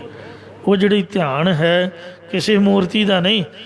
ਗੁਰ ਕੀ ਮੂਰਤ ਮਨ ਮੈਂ ਧਿਆਨ। ਮੂਰਤ ਕਿਹੜੀ ਹੈ? ਗੁਰੂ ਦਾ ਸ਼ਬਦ। ਅਤੇ ਭਾਈ ਗੁਰਦਾਸ ਜੀ ਨੇ ਵੀ ਲਿਖਿਆ ਗੁਰ ਸ਼ਬਦ ਗੁਰ ਮੂਰਤ ਹੈ, ਸਾਧ ਸੰਗਤ ਵਿੱਚ ਪ੍ਰਗਟ ਨਹੀਂ ਆਇਆ। ਹਿਰਦੈ ਚਰਨ ਸ਼ਬਦ ਸਤਿਗੁਰ ਕੋ ਨਾਨਕ ਬੰਧਿਓ ਪਾਲ। ਸੋ ਧੁਨ ਦੇ ਧਿਆਨ ਦੀ ਪਰਿਪੱਕਤਾ ਦੇ ਨਾਲ ਅੰਤःਕਰਨ ਦੀ ਮੈਲ ਲੱਥ ਕੇ ਜਿਹੜੀ ਬਿਰਤੀ ਹੈ ਉਹ ਸ਼ਰਧਾ ਵਾਲੀ ਹੋ ਜਾਂਦੀ, ਅਤੇ ਅੰਤःਕਰਨ ਵਿੱਚ ਨਾਮ ਅੰਮ੍ਰਿਤ ਰਸ ਦੀ ਨਿੱਜਰ ਧਾਰ ਝਰਦੀ ਹੈ। ਝਰਨਾ ਝਰਦਾ ਨਿੱਜਰੋਂ ਗੁਰਮੁਖ ਬਾਣੀ ਅੱਗੜ ਕਢਾਈ। ਉਹੀ ਨਿੱਜਰ ਧਾਰ ਦੇ ਵਿੱਚ ਇਸ਼ਨਾਨ ਕਰਕੇ ਉਹਨੂੰ ਛਕ ਕੇ ਜਿਹੜਾ ਜੋਗੀ ਹੈ ਉਹਨੂੰ ਰੋਟੀ ਦੀ ਲੋੜ ਨਹੀਂ ਰਹਿੰਦੀ। ਵੇਖੋ ਪਹਾੜਾਂ ਦੇ ਉੱਪਰ ਉਹ ਕਈ ਕਈ ਸਾਲ ਸਮਾਧੀ ਲਾ ਕੇ ਬੈਠੇ ਰਹਿੰਦੇ ਨੇ, ਉਹ ਰਸ ਦੇ ਨਾਲ ਤ੍ਰਿਪਤੀ ਰਹਿੰਦੀ ਹੈ। ਇਹਦੇ ਨਾਲ ਵਿਖੇਪ ਦੋਸ਼ ਦੂਰ ਹੋ ਜਾਂਦਾ। ਤੀਜੇ ਅਵਰਨ ਦੋਸ਼ ਦੀ ਨਿਵਰਤੀ ਵਾਸਤੇ ਸਤ ਸੰਗਤ ਦੀ ਰਾਹੀਂ ਗਿਆਨ ਦਾ ਪ੍ਰਕਾਸ਼ ਕਰਨ ਵਾਲੇ ਬਚਨਾਂ ਨੂੰ ਹਿਰਦੇ ਵਿੱਚ ਧਾਰਨ ਕਰਨਾ ਔਰ ਇਸ ਦੀ ਪਰਪੱਕਤਾ ਦੇ ਯਤਨ ਕਰਨੇ। ਇਹਦੇ ਨਾਲ ਗਿਆਨ ਦਾ ਝਲਕਾਰਾ ਵੱਜਦਾ, ਅਤੇ ਜਦ ਗਿਆਨ ਦਾ ਪ੍ਰਕਾਸ਼ ਅੰਤःਕਰਨ ਦੇ ਵਿੱਚ ਪ੍ਰਗਟ ਹੋ ਜਾਏ ਤਾਂ ਜਿਹੜਾ ਤੀਜਾ ਅਵਰਨ ਦੋਸ਼ ਹੈ ਇਹ ਵੀ ਦੂਰ ਹੋ ਜਾਂਦਾ। ਕੁੰਡਲਨੀ ਸੁਰਜੀ ਸਤਸੰਗਤ ਪਰਮਾਨੰਦ ਗੁਰੂ ਮੁਖ ਮੱਚਾ। ਸ੍ਰੀ ਗੁਰੂ ਸਾਹਿਬ ਸਭ ਉਪਰ ਮਨ ਬਚ ਕਰਮ ਸੇਵੀਆ ਸੱਚਾ। ਵਾਹਿਗੁਰੂ ਵਾਹਿਗੁਰੂ ਵਾਹਿਗੁਰੂ ਵਾਹਿ ਜੀਓ। ਕੋਟ ਸੂਰ ਨਾਨਕ ਪ੍ਰਗਾਸ। ਵਾਹਿਗੁਰੂ ਕਹਿਣ ਦੇ ਨਾਲ ਜਦ ਮਨ ਵਿੱਚ ਵਸ ਜਾਂਦਾ ਅਤੇ ਫਿਰ ਕਰੋੜਾਂ ਸੂਰਜਾਂ ਵਰਗਾ ਪ੍ਰਕਾਸ਼ ਪ੍ਰਗਟ ਹੋ ਜਾਂਦਾ। ਤਿੱਥੇ ਲੋ ਲੋ ਆਕਾਰ। ਸੋ ਉੱਥੇ ਪ੍ਰਕਾਸ਼ ਦੇ ਹੀ ਆਕਾਰ ਬਣ ਜਾਂਦੇ। ਸਤ ਸੰਗਤ ਸਾਧ ਪਾਈ ਵਡਭਾਗੀ। ਮਨ ਚਲਤੋ ਭਇਓ ਅਰੂੜਾ। ਅਨਹਤ ਧੁਨ ਵਾਜੇ ਨਿਤ ਵਾਜੇ। ਹਰ ਅੰਮ੍ਰਿਤ ਧਾਰ ਲੈਸ ਲੀੜਾ। ਜਦ ਸਤਿਗੁਰੂ ਨਾਨਕ ਦੇਵ ਮਹਾਰਾਜ ਦੇ ਚਰਨਾਂ ਦੇ ਵਿੱਚ ਬੇਨਤੀ ਹੋਈ, ਹੈ ਸਤਿਗੁਰੂ ਜੀ ਆਪ ਕਿਰਪਾ ਕਰੋ, ਹਿਰਦੇ ਦੇ ਵਿੱਚ ਗੁਰ ਉਪਦੇਸ਼ ਕਿਵੇਂ ਠਹਿਰੇ। ਅਸੀਂ ਯਤਨ ਬਥੇਰਾ ਕਰਦੇ ਹਾਂ ਅਤੇ ਸਾਡਾ ਮਨ ਨਹੀਂ ਟਿਕਦਾ, ਸਾਡੇ ਹਿਰਦੇ ਦੇ ਵਿੱਚ ਉਪਦੇਸ਼ ਨਹੀਂ ਠਹਿਰਦਾ, ਨਾਮ ਦਾ ਵਾਸਾ ਨਹੀਂ ਹੁੰਦਾ। ਤਾਂ ਮਹਾਰਾਜ ਕਹਿਣ ਲੱਗੇ ਭਾਈ ਅੰਤःਕਰਨ ਦੇ ਵਿੱਚ 3 ਦੋਸ਼ ਨੇ, ਮਲ ਵਿਖੇਪ ਹੈ, ਅਵਰਨ ਹੈ, ਇਸ ਕਰਕੇ ਠਹਿਰਦਾ ਨਹੀਂ। ਇਹ ਦੋਸ਼ ਫਿਰ ਨਿਵਰਤ ਕਿਵੇਂ ਹੁੰਦੇ? ਤਾਂ ਮਹਾਰਾਜ ਕਹਿੰਦੇ ਵੀ ਦੁੱਧ ਜਮਾਉਣ ਦਾ ਜਿਵੇਂ ਤਰੀਕਾ ਹੈ, ਗੁਰੂ ਸਾਹਿਬ ਨੇ ਜਿਹੜਾ ਉਪਦੇਸ਼ ਹੈ ਗੱਲ ਘਰ ਤੋਂ ਸ਼ੁਰੂ ਕੀਤੀ ਹੈ ਤਾਂ ਕਿ ਸਾਨੂੰ ਸਮਝ ਆ ਜਾਏ। ਉਹ ਤਰੀਕੇ ਨੂੰ ਮੁੱਖ ਰੱਖ ਕੇ ਉਪਦੇਸ਼ ਦਿੱਤਾ ਹੈ। ਭਾਰਤੀ ਪੁਰਾਤਨ ਲੋਕ ਦੁੱਧ ਜਮਾਉਣ ਵੇਲੇ ਪਹਿਲਾਂ ਭਾਂਡੇ ਨੂੰ ਧੂਪ ਦੇ ਕੇ ਸੁਗੰਧਿਤ ਕਰਿਆ ਕਰਦੇ, ਫਿਰ ਭਾਂਡੇ 'ਚ ਦੁੱਧ ਪਾ ਕੇ ਜਮਾਉਂਦੇ ਸੀ। ਸੋ ਇੰਝ ਸਹਿ ਫਰਮਾਉਂਦੇ ਨੇ।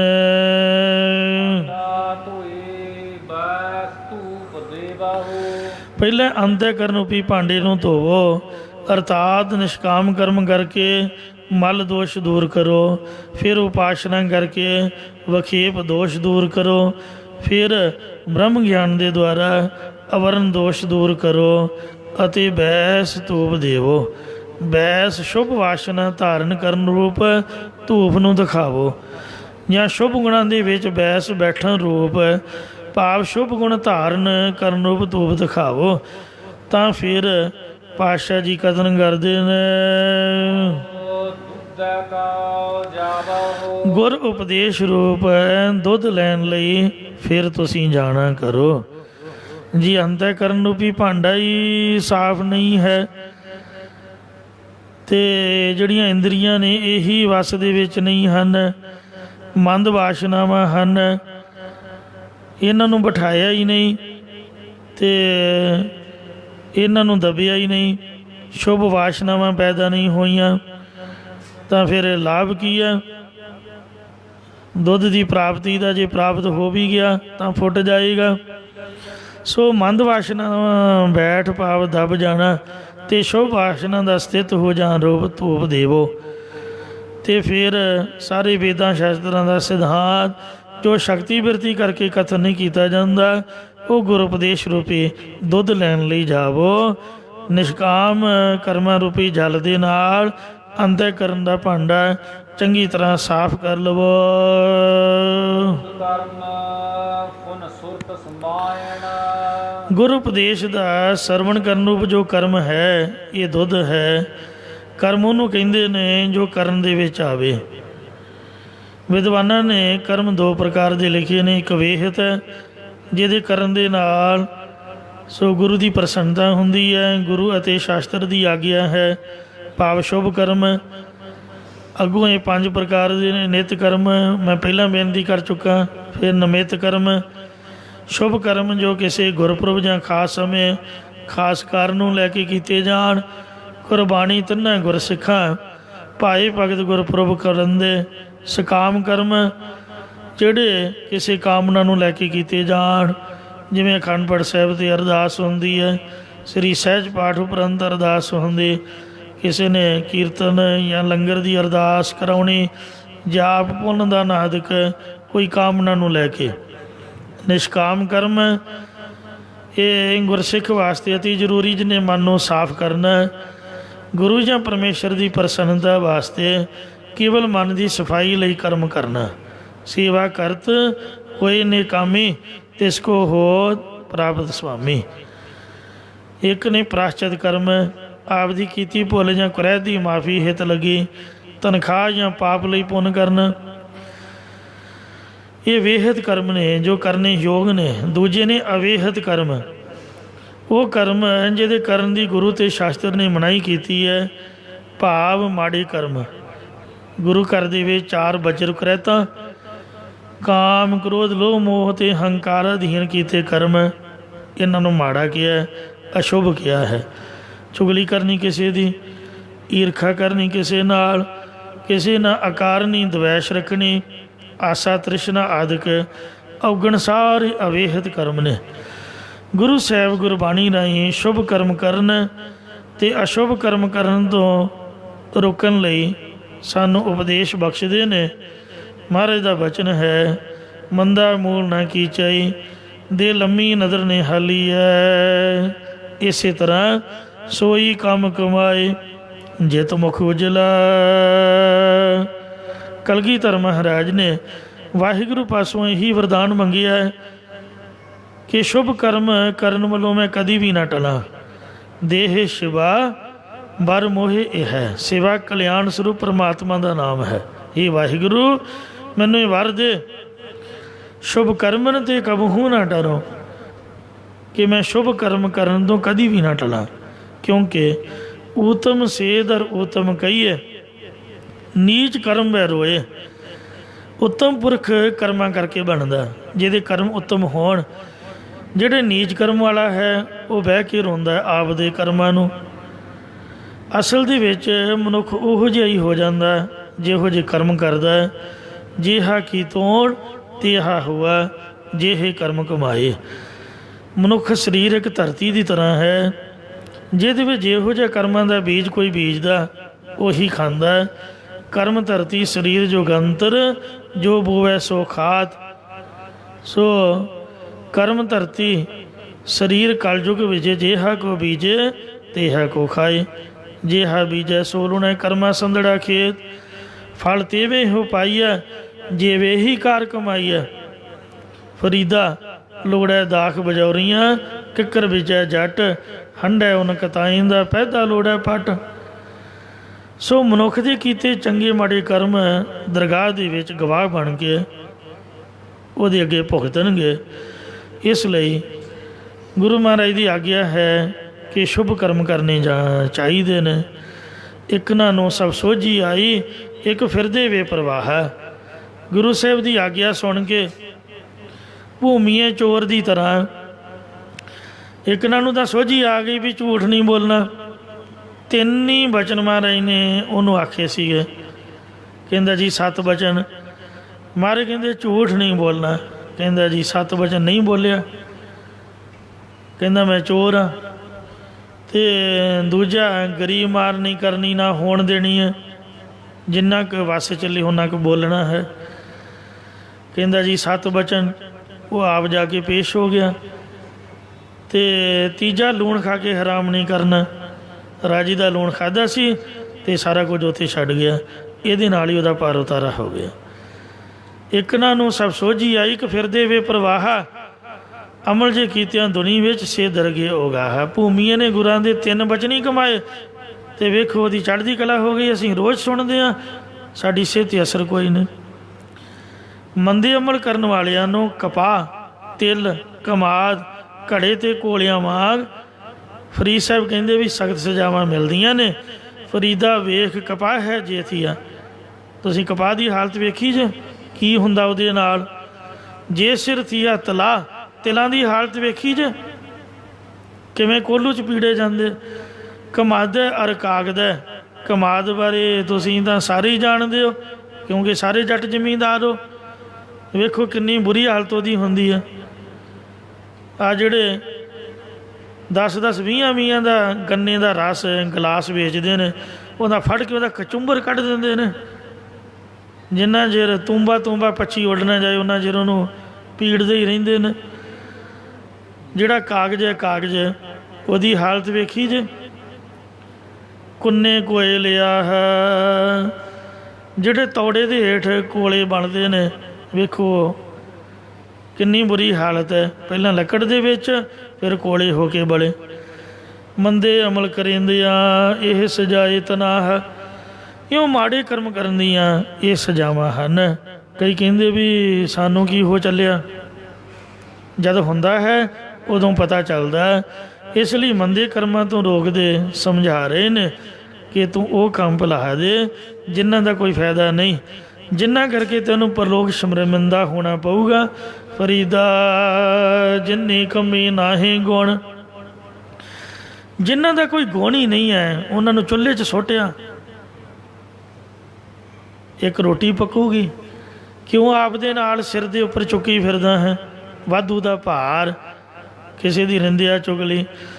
ਫਰੀਦਾ ਜਿੰਨੀ ਕਮੀ ਨਾਹੀਂ ਗੁਣ ਤੇ ਕਮੜੇ ਵਿਸਾਰ। ਮੱਥਾ ਟੇਕਣ ਦਾ ਮਤਲਬ ਇਹ ਹੈ ਕਿ ਮੱਥਾ ਟੇਕ ਕੇ ਚੁੱਕਣਾ ਨਹੀਂ ਹੈ। ਜਿਵੇਂ ਕੋਈ ਪੈਸਾ ਗੋਲਕ 'ਚ ਪਾ ਦਈਏ, ਸਾਡੇ ਗੁਰਦੁਆਰੇ ਦਾ ਇਹ ਨਜ਼ਮ ਹੈ। ਗੋਲਕ ਦੇ ਵਿੱਚ ਕੋਈ ਪਾ ਸਕਦਾ ਪਰ ਕੱਢ ਨਹੀਂ ਸਕਦਾ। ਕੱਢਣ ਵਾਲੇ ਨੂੰ ਕੋਈ ਕਹਿੰਦੇ ਨੇ ਦੱਸੋ? ਭਾਵੇਂ ਆਪਦੀ ਚੀਜ਼ ਹੀ ਹੈ, ਜੇ ਉਹਨੂੰ ਉੱਤੇ ਰੱਖ ਦਿੱਤਾ ਗੋਲਕ ਦੇ ਉੱਪਰ, ਭਾਵੇਂ ਆਪਦੀ ਹੋਈ ਹੈ, ਅਤੇ ਮੱਥਾ ਟੇਕ ਦਿੱਤਾ, ਮੁੜ ਕੇ ਫੇਰ ਚੁੱਕ ਕੇ ਵੇਖਣ ਵਾਲਾ ਕੀ ਆਖੂਗਾ? ਜਿਹਨੇ ਮੱਥਾ ਟੇਕਦਿਆਂ ਤਾਂ ਵੇਖਿਆ ਨਹੀਂ, ਉਹਦੇ ਭਾਣੇ ਵੀ ਇਹ ਤਾਂ ਗੁਰੂ ਘਰ ਦੀ ਚੁੱਕ ਕੇ ਲੈ ਚੱਲਿਆ। ਵੇਖੋ ਆਪਾਂ ਕਿੰਨਾ ਬੁਰੀ ਨਿਗਾਹ ਨਾਲ ਵੇਖਦੇ ਹਾਂ, ਕਿੰਨਾ ਰੌਲਾ ਪਾਉਂਦੇ ਹਾਂ। ਅਤੇ ਸਿਰ ਆਪਾਂ ਮੱਥਾ ਟੇਕ ਕੇ ਉਹ ਕਿਉਂ ਚੁੱਕ ਲੈਂਦੇ ਹਾਂ ਦੱਸੋ? ਮੱਥਾ ਟੇਕਣ ਦਾ ਮਤਲਬ ਕੀ ਕੱਢਦੇ ਹੋ? ਮਤਲਬ ਤਾਂ ਇਹੀ ਆ, ਮਹਾਰਾਜ ਤੈਨੂੰ ਭੇਟਾ ਕੀਤਾ, ਸਿਰ ਵੀ ਤਾਂ ਭੇਟਾ ਕਰਦੇ ਹੀ ਆ। ਮਹਾਰਾਜ ਨੇ ਆਖਿਆ ਵੀ ਮਨ ਕੀ ਮਤ ਤਿਆਗੋ ਹਰ ਜਨ। ਜੋ ਖੋਪਰ ਦੇ ਵਿੱਚ ਊੜ ਜਲੂਲ ਭਰਿਆ ਪਿਆ ਹੈ, ਔਗਣ ਭਰੇ ਪਏ ਨੇ, ਵਿਕਾਰ ਭਰੇ ਪਏ ਨੇ, ਇਹਨੂੰ ਇੱਥੇ ਸੁੱਟ ਜਾਓ, ਇੱਥੇ ਟੇਕ ਜਾਓ, ਇੱਥੇ ਛੱਡ ਜਾਓ। ਮੁੜ ਕੇ ਆਪਦੇ ਨਾਲ ਆਪਦੀ ਮੱਤ ਨਾ ਚੁੱਕੋ। ਮਨ ਕੀ ਮਤ ਤਿਆਗੋ ਹਰ ਜਨ ਇਹ ਬਾਤ ਕਠੈਨੀ। ਗੁਰੂ ਦੀ ਮੱਤ ਲਓ, ਉਹ ਕਦੀ ਲਈ ਹੋਈ ਨਹੀਂ। ਇਉਂ ਗੁਰੂ ਉਪਦੇਸ਼ ਦਾ ਸਰਵਣ ਕਰਨ ਰੂਪ ਜੋ ਕਰਮ ਹੈ, ਮਹਾਰਾਜ ਸੱਚੇ ਪਾਤਸ਼ਾਹ ਕਹਿੰਦੇ ਨੇ ਇਹ ਦੁੱਧ ਹੈ। ਇਹ ਜਿਹੜਾ ਮਹਾਰਾਜ ਦਾ ਸਰਵਣ ਕਰਨਾ ਹੈ, ਉਪਦੇਸ਼, ਇਹ ਸਮਝ ਲਓ ਕਰਮ ਹੈ। ਇਹ ਦੁੱਧ ਦੀ ਤਰ੍ਹਾਂ ਹੈ। ਫੁਨ ਸੁਰਤ ਸਮਾਇਨ।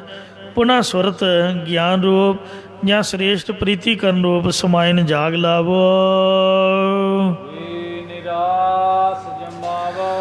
ਫਿਰ ਪਦਾਰਥਾਂ ਦੀ ਪ੍ਰਾਪਤੀ ਦੀ ਇੱਛਾ ਤੋਂ ਰਹਿਤ ਹੋਣ ਰੂਪ ਦੁੱਧ ਨੂੰ ਜਮਾਉਣਾ ਕਰੋ। ਜਦ ਪ੍ਰਤੱਖ ਦੁੱਧ ਨੂੰ ਜਮਾਈਦਾ ਤਾਂ ਕੁੱਤਿਆਂ ਬਿੱਲਿਆਂ ਤੋਂ ਰਾਖੀ ਕਰਨੀ ਪੈਂਦੀ ਹੈ। ਪੁਰਾਣੇ ਟਾਈਮ ਸੀਗੇ, ਅਜੇ ਵੀ ਮੈਂ ਕਈ ਵਾਰ ਇੱਥੇ ਵੇਖ ਕੇ ਵਿਚਾਰਦਾ, ਆ ਮੇਰੇ ਸੱਜੇ ਹੱਥ ਆ ਜਿਹੜਾ ਧੂਪ ਸਮੱਗਰੀ ਪ੍ਰਸ਼ਾਦ ਵਾਲਿਆਂ ਦਾ ਕੋਠਾ ਹੈ ਉਹ ਗੋਡੇ ਤੋਂ ਵੀ ਨੀਵਾਂ ਹੈ।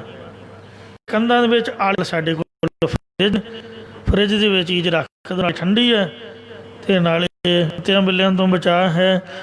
ਇਉਂ ਜਿਹੜਾ ਦੁੱਧ ਹੈ ਅਤੇ ਦਹੀਂ ਹੈ ਇਹਨਾਂ ਨੂੰ ਕੁੱਤਿਆਂ ਬਿੱਲਿਆਂ ਤੋਂ ਬੜਾ ਬਚਾ ਕੇ ਰੱਖਣਾ ਪੈਂਦਾ।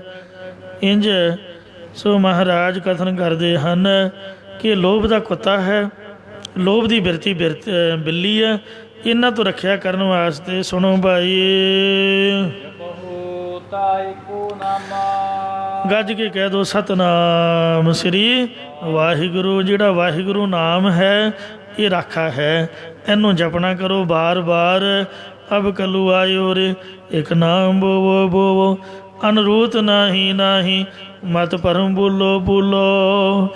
ਕਹਿਤ ਕਬੀਰ ਸੁਨੋ ਨਰ ਨਰਵੈ ਪਰੋ ਏਕ ਕੀ ਸਰਨਾ ਕੇਵਲ ਨਾਮ ਜਪੋ ਰੇ ਪ੍ਰਾਨੀ ਤਬੀ ਨਿਚੈ ਤਰਨਾ। ਕਈ ਮੇਰੇ ਵਰਗੇ ਸੋਤੇ ਸੇਧੀ ਸਵਾਲ ਕਰ ਦਿੰਦੇ ਨੇ ਕਿੰਨਾ ਕੁ ਚਿਰ ਜਪੀਏ ਜੀ।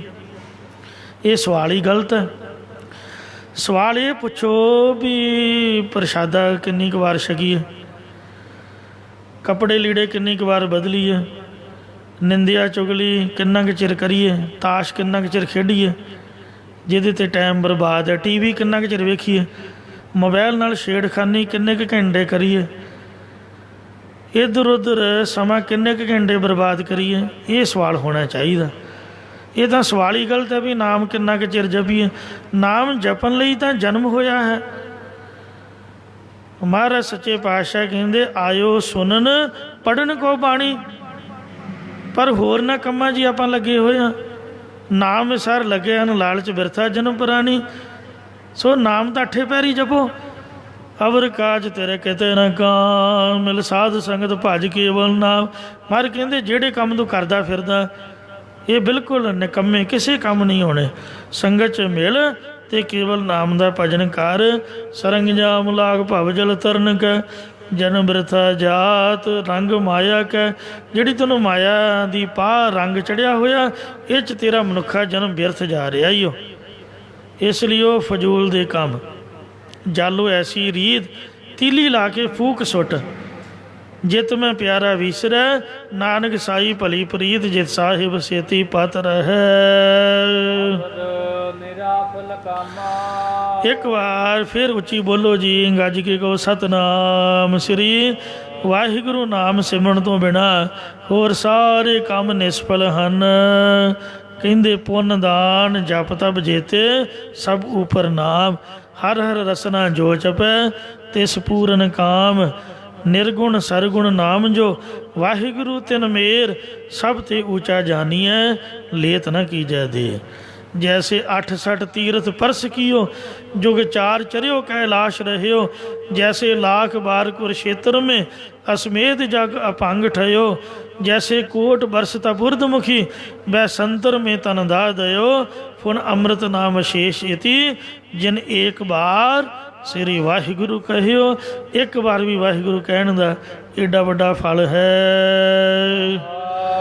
विश्राम दे के फरमाउंदे ने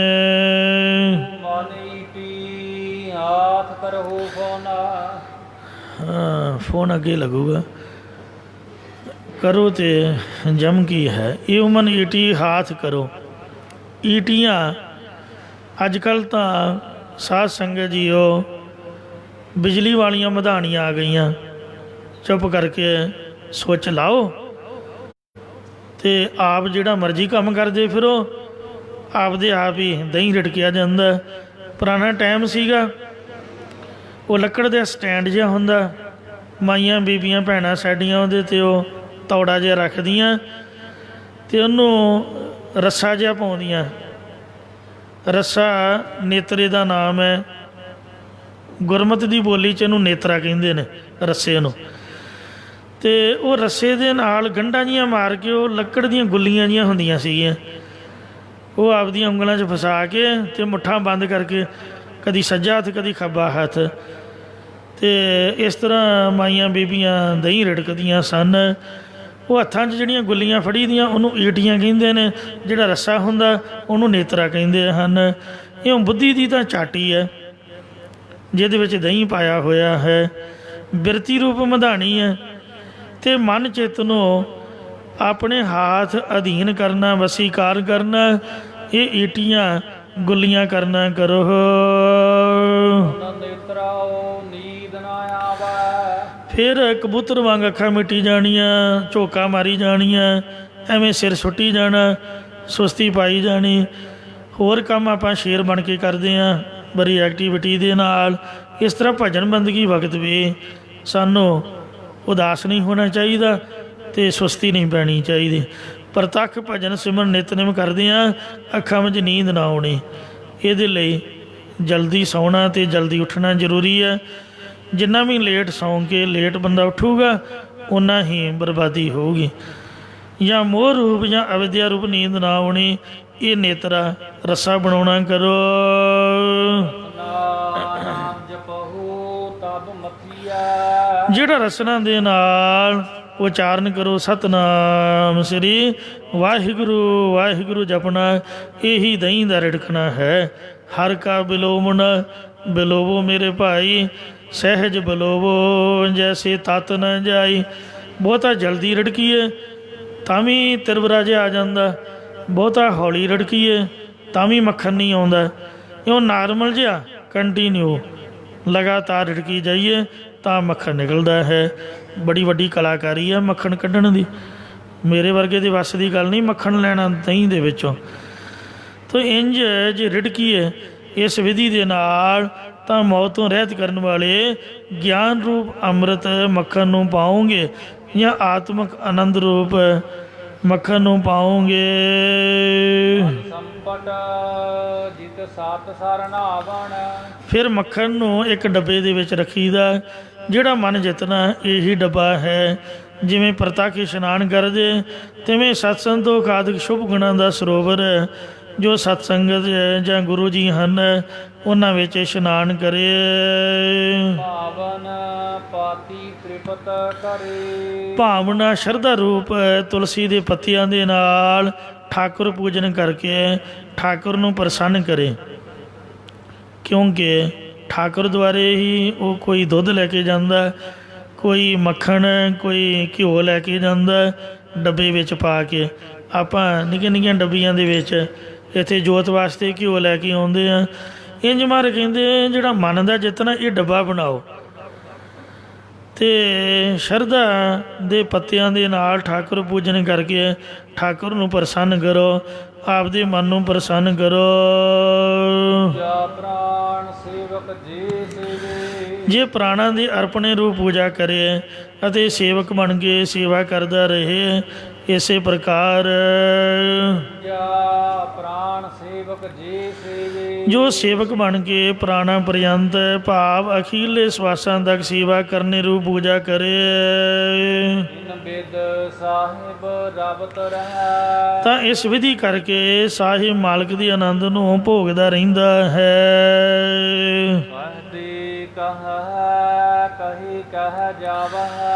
ਕਈ ਹੋਏ ਪ੍ਰਸੰਗਾਂ ਨੂੰ ਜਿਹੜੇ ਪਿੱਛੇ ਕਹਿੰਦੇ ਸੀ ਉਹ ਮਰ ਖਪ ਗਏ, ਜਿਹੜੇ ਹੁਣ ਕਹਿੰਦੇ ਨੇ ਮਰ ਖਪ ਜਾਣਗੇ।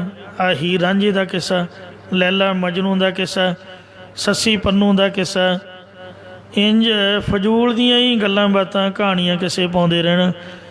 ਪਹਿਲੇ ਮਰ ਗਏ, ਹੁਣ ਵਾਲੇ ਵੀ ਮਰ ਜਾਣਗੇ। ਬਿਨਾਂ ਨਾਮ ਤੋਂ, ਬਿਨਾਂ ਗੁਰੂ ਸਾਹਿਬ ਦੇ ਇਤਿਹਾਸ ਤੋਂ ਐਵੇਂ ਹੀ ਟਾਈਮ ਬਰਬਾਦ। ਜਿਹੜੇ ਪੁਰਸ਼ ਧਾਰਨਾ ਤੋਂ ਬਿਨਾਂ ਵੇਦਾਂ ਸ਼ਾਸਤਰਾਂ ਨੂੰ ਕਹਿੰਦੇ ਰਹਿੰਦੇ ਨੇ ਕੇਵਲ ਮਾਇਆ ਦੀ ਪ੍ਰਾਪਤੀ ਵਾਸਤੇ, ਉਹ ਕਹਿ ਕਹਿ ਕੇ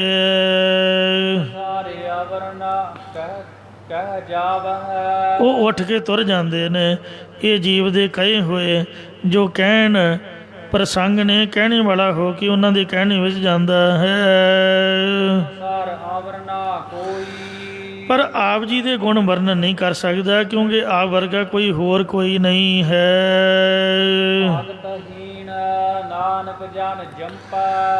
ਸਤਿਗੁਰੂ ਜੀ ਸਾਰਾ ਉਪਦੇਸ਼ ਦੇਣ ਤੋਂ ਉਪਰੰਤ ਨਿਮਰਤਾ ਵਾਲਾ ਬਚਨ ਕਰਦੇ ਨੇ। ਸਾਹਿਬ ਸ੍ਰੀ ਗੁਰੂ ਨਾਨਕ ਦੇਵ ਸਾਹਿਬ ਜੀ ਜੰਪੈ ਉਚਾਰਦੇ ਨੇ ਕਿ ਮੈਂ ਭਾਵੇਂ ਦੁਨੀਆ ਦੇ ਖਿਆਲ ਅੰਦਰ ਭਗਤੀ ਤੋਂ ਰਹਿਤ ਹਾਂ, ਪਰ ਮਨ ਕਰਕੇ ਉਹ ਸੱਚੇ ਨੂੰ ਸਲਾਹੁੰਦਾ ਹਾਂ। ਇਸੇ ਪ੍ਰਕਾਰ ਭਗਤਹੀਣ ਨਾਨਕ ਜਨ ਜੰਪੈ। ਗੁਰੂ ਸਾਹਿਬ ਉਚਾਰਦੇ ਹੈ ਭਾਈ ਤੁਸੀਂ ਇਸ ਤਰ੍ਹਾਂ ਕਹੋ ਕਿ हे ਪ੍ਰਮਾਤਮਾ ਮੈਂ ਭਗਤੀ ਆਦਿ ਗੁਣਾਂ ਤੋਂ ਰਹਿਤ ਹਾਂ। ਜਿੰਨਾ ਮਰਜੀ ਆਪਾਂ ਨਾਮ ਅਭਿਆਸ ਕਰਦੇ ਗੁਰੂ ਘਰ ਆਈਏ, ਪਰ ਇੱਥੇ ਆ ਕੇ ਦਮ ਗਜਾ ਨਹੀਂ ਮਾਰਨਾ। ਮਹਾਰਾਜ ਦੇ ਚਰਨਾਂ 'ਚ ਅਰਦਾਸ ਕਰਨੀ ਹੈ ਕਿ ਹੋਂ ਅਪਰਾਧੀ ਗੁਨਾਹਗਾਰ ਹੋਂ ਬੇਮੁਖ ਮੰਦਾ। ਨੀਵਾਂ ਬਣ ਕੇ ਕੋਈ ਆਊਗਾ ਤਾਂ ਮਹਾਰਾਜ ਦੇ ਘਰੋਂ ਕੁਛ ਪਾਊਗਾ।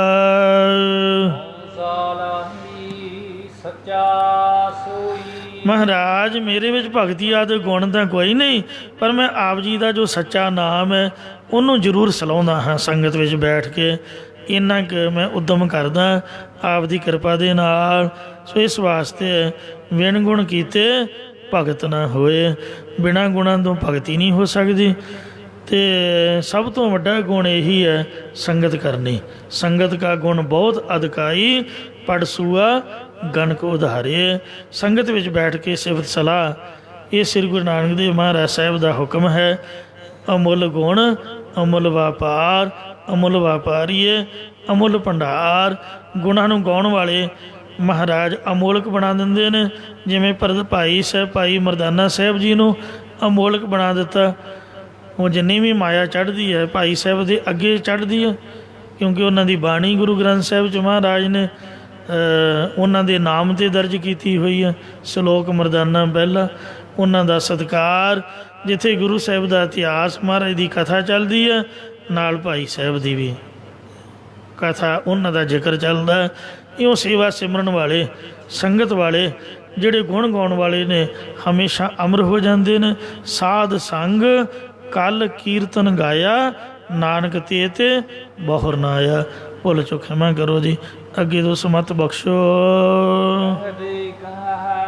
ਕਹੀ ਕਹਿ ਜਾਵਹਿ। ਤੁਮ ਸਰ ਅਵਰ ਨ ਕੋਈ, ਭਗਤ ਹੀਣ ਨਾਨਕ ਜਨ ਜੰਪੈ।